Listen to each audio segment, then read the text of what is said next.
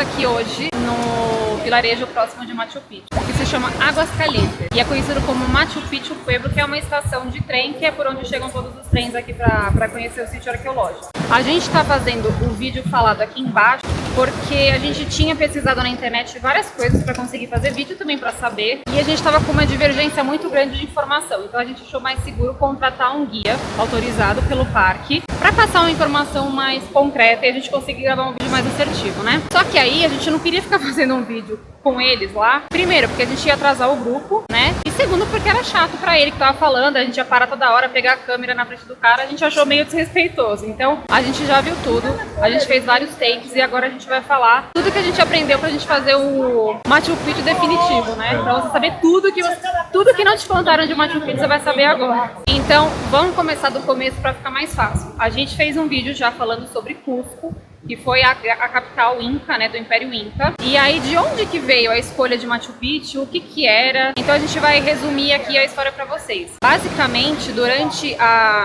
o Império Inca, Cusco era a cidade onde todo mundo vivia. Então era o imperador, os nobres, os sacerdotes, o povo, todo mundo vivia lá. E o imperador queria um local que fosse alto, próximo do sol, afinal os incas cultuavam o deus Sol, né? Que eles pudessem realizar os ritos religiosos. Então eles foram para essa montanha, que já era um caminho que eles faziam para uma outra cidade, que eu vou colocar o nome aqui que eu esqueci, e acabaram fundando Machu Picchu para ser então esse retiro religioso. É importante ressaltar que Machu Picchu nunca foi a substituição de Cusco, né? Não era um lugar que todo mundo vivia, não era isso. Quem ia para Machu Picchu era meio que a classe alta, né?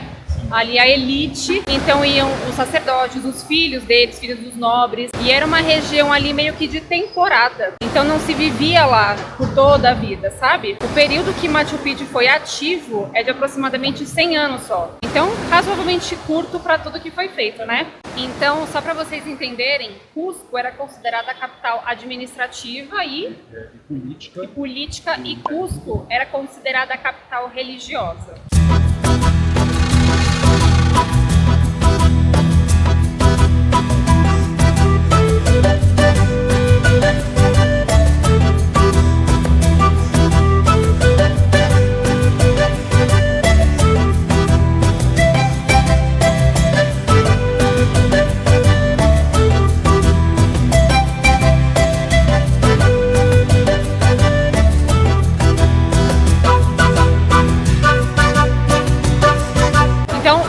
Do começo, como que ela foi descoberta. Em 1911, um americano chamado Hiram Bingham, eu vou colocar o nome aqui para não falar besteira, estava fazendo uma expedição para encontrar uma cidade chamada... Perceberam que eu sou muito ruim com o nome? Sou pouca história, mas sou ruim com o nome. Por que ele estava buscando essa cidade? Ela foi a cidade escolhida pelos Incas quando os espanhóis tomaram Cusco. Então os espanhóis tomaram Cusco, eles foram para essa cidade. Em 1911, esse americano estava fazendo essa expedição para encontrar esse local. E nessa expedição que ele estava fazendo, ele tinha acompanhado com ele um local aqui dessa região e conhecia um atalho. E aí ele falou: ah, vamos passar ali, menino, que a gente corta o negócio da montanha, né? E a gente passa para onde você quer chegar. Por quê? Por que a gente faz descoberta? Os locais conheciam Machu Picchu. Ela era uma cidade conhecida. Acontece que ela era uma ruína e aí, por ser muito alta, enfim, difícil acesso, ela não era habitada, mas ela não era desconhecida aqui, né? E aí, quando esse americano chegou lá, ele viu o que era aquilo para a humanidade, né? E aí ele falou: bom, então a gente tem aqui ruínas de uma antiga civilização e aí a gente precisa estudar isso. Então ele voltou para os Estados Unidos e lá ele conseguiu um financiamento com a National Geographic Channel, que não era channel, era tipo uma revista, a Kodak e a Universidade de Yale. E aí ele voltou para cá depois de um ano com esse patrocínio e eles foram... sim, escavar a cidade, né? A cidade estava repleta de vegetação, estava tomada. Eles colocaram fogo em boa parte para conseguir acessar as pedras, etc. Vale ressaltar isso porque não foi um americano que descobriu a cidade, mas foi um americano que trouxe para o mundo a importância de Machu Picchu. Então, provavelmente, ela sairia como uma cidade desconhecida, a gente nem saberia que ela existe, mas aí ele conseguiu mostrar para o mundo a importância dessa civilização. Quando a gente fala de Machu Picchu, tem muita coisa que ainda é teoria, tá? Então a gente buscou muita coisa, por isso que a gente fechou com o guia, a gente achou mais assertivo. Mas uma da teoria que a gente leu na internet que é muito difundida é que os incas viviam em Machu Picchu e com a chegada dos espanhóis, eles saíram correndo da cidade, saíram tapando caminho de terra, fechando ponte, para nunca encontrarem a cidade, para continuar sendo uma civilização perdida. E na verdade, há provas de que não foi bem isso que aconteceu. Tem várias teorias, né? E uma delas dos arqueólogos, aí não são teorias de internet, é que eles foram assim, como que era um lugar de temporada, eles acabaram saindo e indo para a cidade próxima, que era Vilcabamba. Como que eles sabem que eles não saíram correndo? Como que você consegue saber pela arqueologia? Porque em Machu Picchu nunca foi encontrado nenhum pote, nenhuma cerâmica, nenhuma ferramenta de arar, absolutamente nada. Então eles teorizam que quem sai às pressas não vai levar esse tipo de coisa. Você sai correndo e leva tudo. Não leva nada. E aí simplesmente não existia nenhum tipo de ferramenta lá. Então eles acham que ninguém saiu correndo. Eles já tinham saído da cidade perdida e não tiveram que esconder nada. Era uma cidade alta e aí realmente ninguém chegou. Porque, enfim, eles estavam preocupados em caçar o Tupac, né? Tinha outras coisas, menina, pra fazer. Não ia ficar subindo montanha, né? E aí, bom, quando você chega ali em Machu Picchu, é muito legal porque você vê que tem duas distinções muito claras das construções. Uma é aquela parte toda planada do vídeo, dos terrenos e tal, que vai formando aqueles degraus. Terraço escalonado na arquitetura. Que são aqueles terraços assim, pique, pique, pique, pique. Aí aqui eles plantavam e aqui era um muro de arrimo. E aí, do outro lado, você tem toda a parte das construções que se assemelham a casas, etc. É muito interessante porque você tem um fosso de escoamento que separa essas duas regiões e aí você vê o ponto de inteligência dos caras, né? A Lari depois pode explicar um pouquinho melhor o motivo da construção desses terraços. Só que essa água com qual as plantações são regadas, digamos assim, né, elas têm que escoar para algum lugar. E elas são justamente separadas da cidade para não ter risco de inundação na cidade, esse tipo de coisa. Para que serviam esses terraços? Se você vai fazer uma parte agrária numa montanha, requer que você coloque terra. A terra, com o tempo, com terremoto, com chuva, ela vai fazer o quê? Ela vai ceder. A gente sabe que isso acontece. É a erosão do solo, né? Então, o que eles pensaram? A gente vai fazer terraço, né? Que foi aquilo que eu mostrei. A gente vai encher de terra aqui. E aí tem todo um sistema, tá? Não é só terra. Eles colocaram várias coisas. Se eu achar alguma coisa na internet, eu coloco uma foto. E aí eles seguram isso com as pedras que são os granito branco. Que são as pedras que eles utilizam para fazer as construções. Como que eles garantem que isso não vai ceder? Por dentro dele, eles fazem esse sistema de irrigação que, além de ser o sistema de irrigação, ele também é um sistema de escoamento. Então, se você tem uma vazão de água muito grande, não tem problema, porque esses terraços permitiam que a água saísse.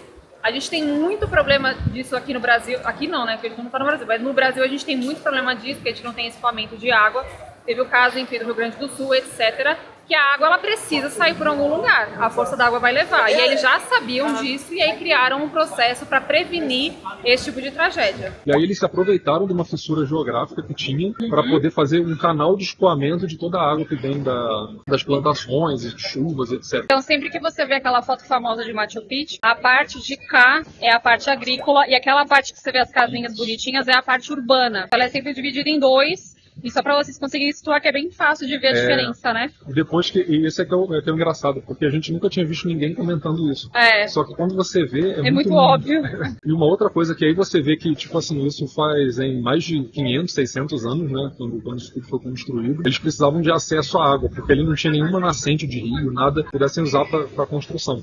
A montanha maior é a montanha de Machu Picchu em si, e é dela que é oriundo a água. Eles fizeram todo um esquema de escoamento de água dessa montanha, se não me engano era de 750 metros, para levar a água dessa montanha até a cidade para eles conseguirem fazer as plantações. Mas se a gente parar para ver, como em outro vídeo a gente já comentou, né, quando eles fizeram, os incas conquistaram Pachacama, eles fizeram um canal de quilômetros de distância de escoamento de água para poder levar água até aquela região. Já manjavam, né? Já manjavam. E aqui foi o ápice disso tudo, né? Aqui foi o conglomerado de todas as tecnologias de engenharia, astronomia, de tudo isso foi concentrado aqui. E aí vocês vão se lembrar lá no vídeo de Pachacama, que lá a gente falou que foi como se fosse um laboratório dos incas, que eles não tinham ainda uma inteligência de engenharia para conseguir fazer as pedras certinhas e tudo mais. Em Machu Picchu a gente está no auge deles, então a gente vê esses cortes magníficos, essa engenharia que todo mundo fica, nossa, tem que eles, como é que eles chamam? Que tem uma parte quando eles começaram a fazer, e tem uma parte final que é um pouco mais pra frente, que eles chamaram de... Putz, eu esqueci o nome, se eu for só achar, eu coloco. Mas que eles já pararam até de usar argamassa entre as pedras. Eles literalmente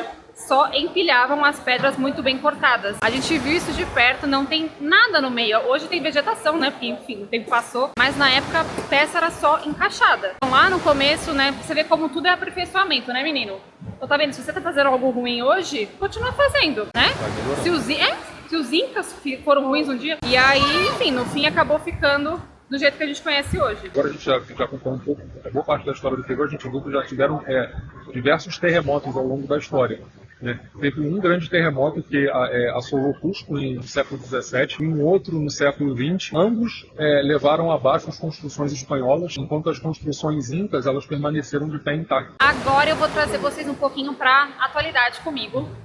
Machu Picchu é um sítio arqueológico e hoje em dia só é permitido 2.500 pessoas por dia de acesso. Por isso que eles fizeram circuitos para também as pessoas não fazerem os mesmos locais para restringir. Por quê? Tinha tanta gente indo para Machu Picchu que começaram a fazer danos irreversíveis. Então, assim, é um sítio arqueológico que precisa de preservação. E aí eu trouxe o número de 2.500 para vocês terem noção. Na época mais movimentada, tinha mais ou menos 8.000 pessoas por dia.